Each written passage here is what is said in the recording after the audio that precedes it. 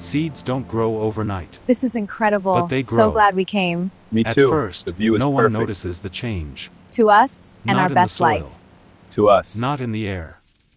Not even in the seed itself. But beneath the surface. Something is happening. And so it was with Amara. Days passed. Then weeks. Life didn't suddenly collapse. There was no dramatic explosion, no single moment that shattered everything. Instead, it was quiet. Subtle. Almost invisible. But powerful. The words she had heard, casual at first, began to return. Not loudly. Not forcefully. But persistently. Bare minimum. You deserve better. You deserve better. A real man provides luxury. A real man provides They luxury. echoed in her mind at odd moments. Bare minimum. While sweeping the house. While cooking. You deserve better. While sitting alone in the afternoon A real silence. man provides luxury. At first, she dismissed them. Bare minimum. Daniel was a good man. She knew that. You deserve better. Everyone knew that. A real man He was kind. provides luxury. Responsible, present. Bare minimum. He didn't drink. He didn't cheat. He didn't disappear when things got hard. He showed up. Every day. But the human mind is a strange place. What you hear repeatedly begins to feel true. The beginning of comparison. It started innocently. One afternoon, Amara stood by the window, watching the street as she often did. The neighborhood was modest but peaceful. Children played freely. Women chatted outside. Life was simple. Then she noticed something new. A sleek black SUV pulled into the compound across the street. It wasn't just any car. It was polished, elegant, commanding attention without trying. Her neighbor, Ifyananya, stepped out of the passenger seat, laughing as her husband opened the door for her. Amara watched closely. The way Ifyananya smiled. The way she had just her sunglasses. The way she carried herself, with a certain confidence. A quiet thought slipped into Amara's mind. So this is how life can be. She didn't say it out loud. But she didn't push it away either. The influence of screens. Later that evening, she scrolled through her phone. At first, it was just to pass time. But what she saw began to shape her perception. Photos. Videos. Perfect moments, carefully captured. A woman celebrating her birthday in a luxury restaurant, surrounded by flowers and gifts. Another posing in a designer outfit, tagged in a location abroad. A couple laughing on a beach vacation. Only the best for you. Caption, Cheers. soft life Let's cut the only. cake. This first Amara slice is for you. paused. Cheers. Soft life. The phrase lingered. Her thumb hovered over the screen. Another post. Never settle for less than you deserve. She felt something tighten inside her chest. Shifting perspective. Before now, Amara had been content. Not because she had everything, but because she appreciated what she had. Their home, though simple, was clean and filled with warmth. Their meals, though not extravagant, were nourishing. Their life, though modest, was stable. Daniel worked hard. Every morning, he left early. Every evening, he returned, tired but present. He never came home empty-handed. Sometimes it was food. Sometimes it was fruits. Sometimes small things he knew she liked. And before. That was enough. More than enough. But now? Now, something had changed. The quiet dissatisfaction. One morning, Amara prepared breakfast. She moved mechanically, her mind elsewhere. Daniel sat at the table, eating. "This is nice," he said, smiling. "Thank you." She nodded without looking at him. He noticed. "Are you okay?" he asked gently. "I'm fine." But she wasn't. Her eyes wandered around the room. The walls suddenly felt dull. The furniture, outdated. The space, limited. It was the same house. But it no longer felt the same. The voice that grew louder. The more she observed others, the louder the inner voice became. This is not enough. You deserve more. Why are others living better? Comparison became her new lens. Everywhere she looked, she saw what she didn't have. When she visited a friend, she noticed the friend's new appliances.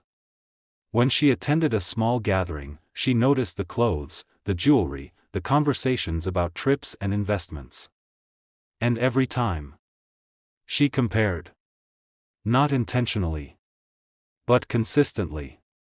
Daniel's world. While Amara's perspective shifted, Daniel remained the same. He woke up early. Worked long hours.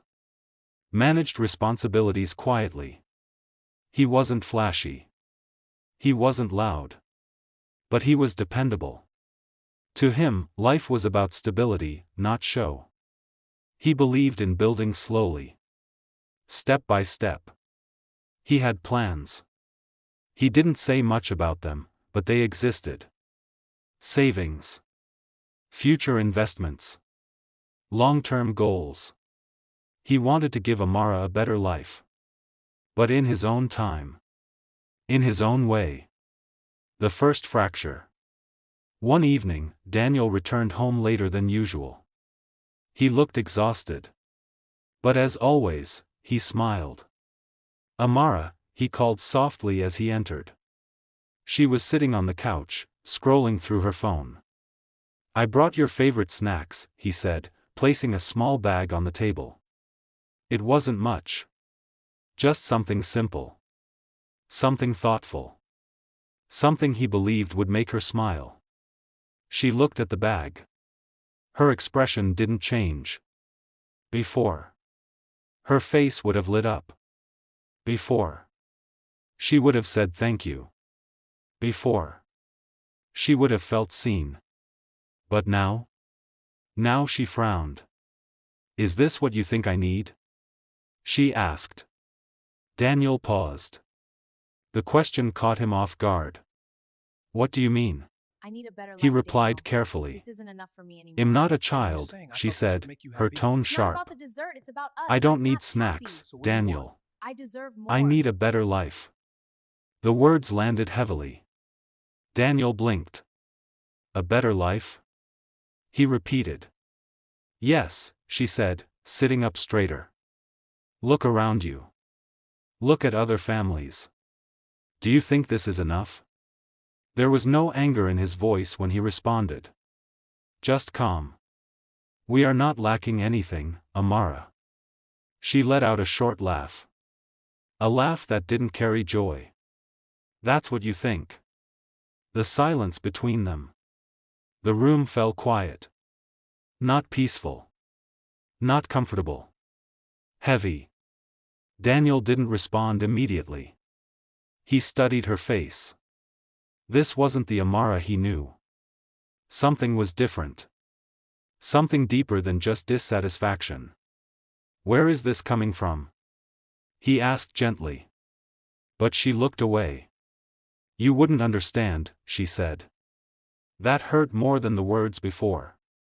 The night that changed everything. That night, they went to bed without resolving anything. They lay side by side. But they felt distant. Miles apart. Daniel stared at the ceiling, his mind racing. He replayed her words. A better life. Had he failed her? Was he not doing enough? He thought about everything he had been doing. The sacrifices. The effort.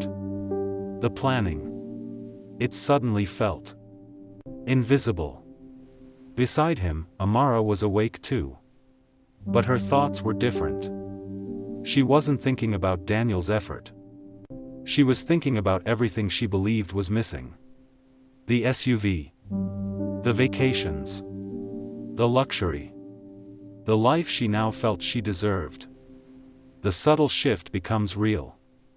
From that night on, something changed. Not loudly.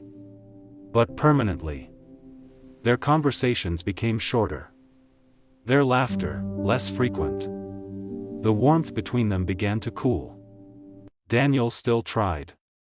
He still brought small things. Still spoke kindly. Still showed up. But Amara no longer saw those things the same way. What once felt like love now felt like bare minimum. And that phrase? It had taken root. A dangerous transformation. Change is not always visible. Sometimes, it hides behind normal routines. Smiles that don't reach the eyes. Conversations that lack depth. Presence without connection. Amara didn't become a different person overnight. But slowly. Her appreciation turned into expectation. Her contentment turned into dissatisfaction. Her gratitude turned into comparison. And comparison? Comparison is dangerous. Because it doesn't just show you what others have. It convinces you that what you have is not enough. Daniel begins to notice. Weeks later, Daniel sat alone after dinner. Amara had gone to bed early. Again. He stared at the small dining table. 2 plates. 2 chairs. 1 silence. He exhaled slowly. Something was slipping. And he didn't know how to stop it. The final line. Seeds don't grow overnight. But they grow. And sometimes, what grows quietly ends up changing everything.